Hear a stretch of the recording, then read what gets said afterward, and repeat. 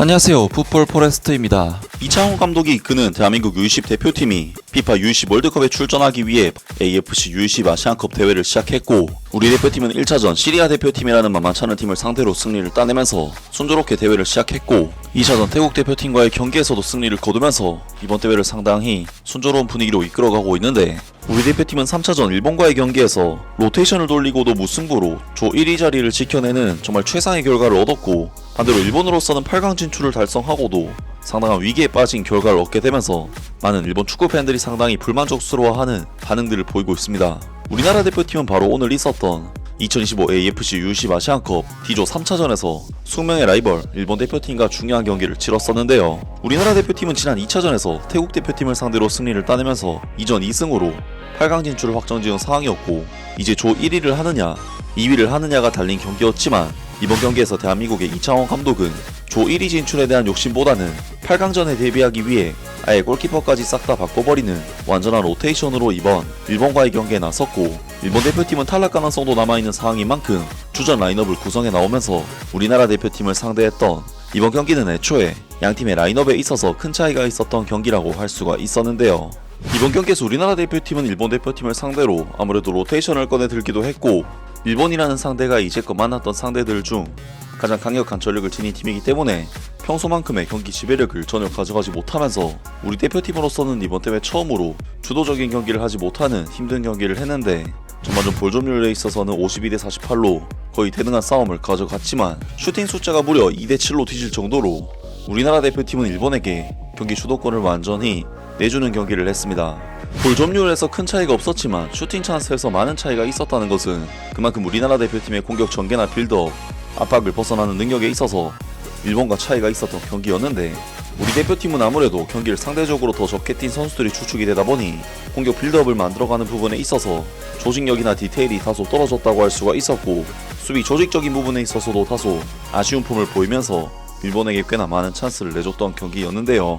우리나라 대표팀은 전반전 초반부터 수비 뒷공간과 측면 라인에서 계속해서 공간 패스를 허용하면서 김민수 골키퍼가 볼을 처리해야 하는 위험한 상황이 발생을 했고, 측면에서 공간을 내주면서 박스 안으로 위협적인 크로스들이 계속해서 투입이 되는 수비적으로 불안한 모습들을 보였는데, 결국 우리 대표팀은 27분 일본의 크로스에 또다시 위험을 노출하면서 찬스를 내줬는데, 이것을 김민수 선수가 제대로 된 볼 처리를 하지 못하면서 소마 칸다 선수에게 치명적인 선제 실점을 내주고 말았습니다.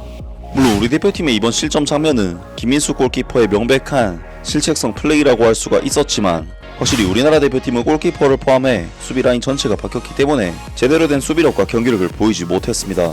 그리고 우리나라 대표팀의 수비에서의 부진은 공격에서도 사실 크게 다를 바가 없었는데, 우리나라 대표팀은 계속해서 단순한 플레이를 펼치면서 상대를 위협할 만한 공격성을 전혀 보여주지 못했고, 우리나라 대표팀은 오늘 일본 대표팀과의 3차전 경기 전반전을 0대 1이라는 아쉬운 스코어로 마무리를 하게 되었습니다. 이에 대한민국의 이창호 감독은 후반전 초반부터 이번 대회 에이스인 김태원 선수와 박승수 선수를 교체하는 선택을 하면서 공격적으로 변화를 가져갔는데, 후반전 추가 시간 이번 대회 최고의 활약을 펼치고 있는 김태원 선수가 그야말로 환상적인 중거리 슈팅으로 득점을 터뜨리면서 동점을 만들었고, 결국 우리 대표팀은 일본 대표팀과의 이번 3차전 경기를 1대1 무승부로 마무리하게 되면서 D조에서 2승 1무 0패를 기록, D조 1위로 8강 진출에 성공하는 굉장히 좋은 결과를 얻게 되었습니다. 물론 우리 대표팀으로서는 이번 경기에서 비긴 것이 다행일 정도의 좋지 못한 경기를 보이면서 실망스러운 경기를 했지만, 결과적으로는 로테이션을 돌리고도 조 1위를 지켜내는 좋은 결과를 얻었기 때문에 주전 선수들의 체력을 아낀 상태에서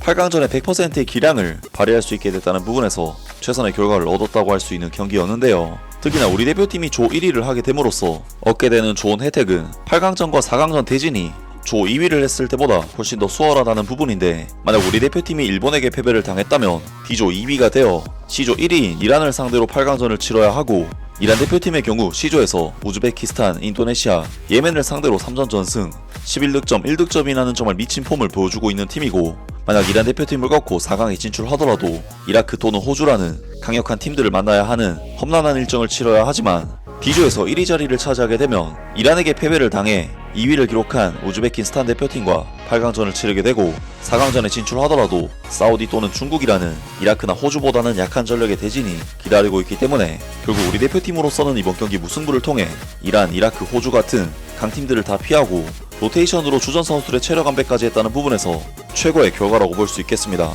반대로 일본 대표팀의 경우 주전 선수들에게도 휴식을 주지 못했고 8강에서는 이란, 4강에 진출해도 이라크, 호주 같은 강적들을 연달아 만나야 하기 때문에 정말 극악의 일정을 떠안게 됐다고 할 수 있는데, 많은 일본 축구 팬들은 당연히 이번 경기 결과와 향후 대진에 대해 불만족하는 반응들을 보이고 있습니다. 솔직히 우즈베키스탄이나 이란 중 하나였기 때문에 크게 달라질 건 없는 것 같다. 하지만 시리아나 한국을 상대로도 경쟁에서 이기지 못한 인상이었기 때문에 어려울 것 같다. 만약 우리가 이란을 이길 수 없다면 세계 무대에서 경쟁하기 어려울 것 같다. 그러니 선수들이 최선을 다하길 바란다. 현재 이 팀의 퍼포먼스로는 한국에 무승부한 것만으로도 잘했던 것이라고 생각한다. 가능하면 우즈베키스탄이 더 좋았을지도 모르지만 희망은 여전히 있으므로 계속 응원한다. 이 대회의 우승보다 다음 경기를 승리하는 것이 더 중요하기 때문에 무조건 이겼으면 좋겠다. 기회가 있을 때 추가골을 넣지 못하고 종료 직전에 스스로 실책해서 실점. 그 탓에 다음 경기 상대가 우즈베키스탄에서 이란으로 바뀌었는데 어떻게 될까? 예상했던 대로 일본은 트랩이 서툴다. 잘하는 선수가 없네. 이란전은 솔직히 힘들 것이다. 이 한심한 세대로는 틀렸다. 예선에서 한국과 비기고 2위를 차지하는 것은 부끄러운 일이다. 이란을 이길 방법은 없다. 일본 U20 대표팀은 너무 약해서 무엇을 어떻게 개선했는지 알기가 어렵지만 축구에서는 어떤 일이 일어날지 알 수 없다. 일본은 상대적으로 낮은 지위에 있지만 이란을 따라잡기 위해 최선을 다한다면 길이 열릴지도 모른다. 이 팀에는 기본기가 없다. 공을 정확하게 패스하거나 볼 소유권을 잃지 않는 그런 개념이 없고 일본 축구 자체에도 그런 개념이 없다.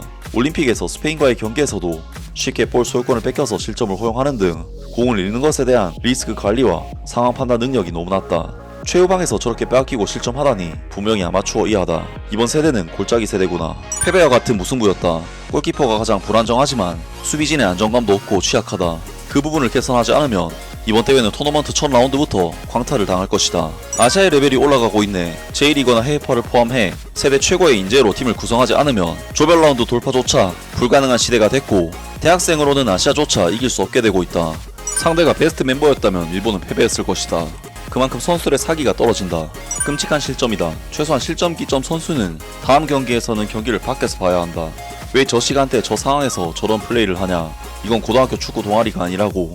등등 많은 일본 축구 팬들이 이번 경기 무승부와 8강에서 이란을 만나는 대진에 대해 비관적인 반응을 보였습니다. 정말 우리 대표팀에게 이번 경기 결과는 로테이션을 돌리고 1위를 지켜냈다는 부분에서 최선의 결과라고 할 수가 있는데, 과연 우리 대표팀이 이번 대회에서 우승의 꿈을 이룰 수 있을지 앞으로 있을 경기도 기대를 해보겠습니다. 아무튼 오늘 영상은 여기까지고요. 영상 재밌게 보셨다면 구독과 좋아요 그리고 댓글 부탁드립니다. 감사합니다.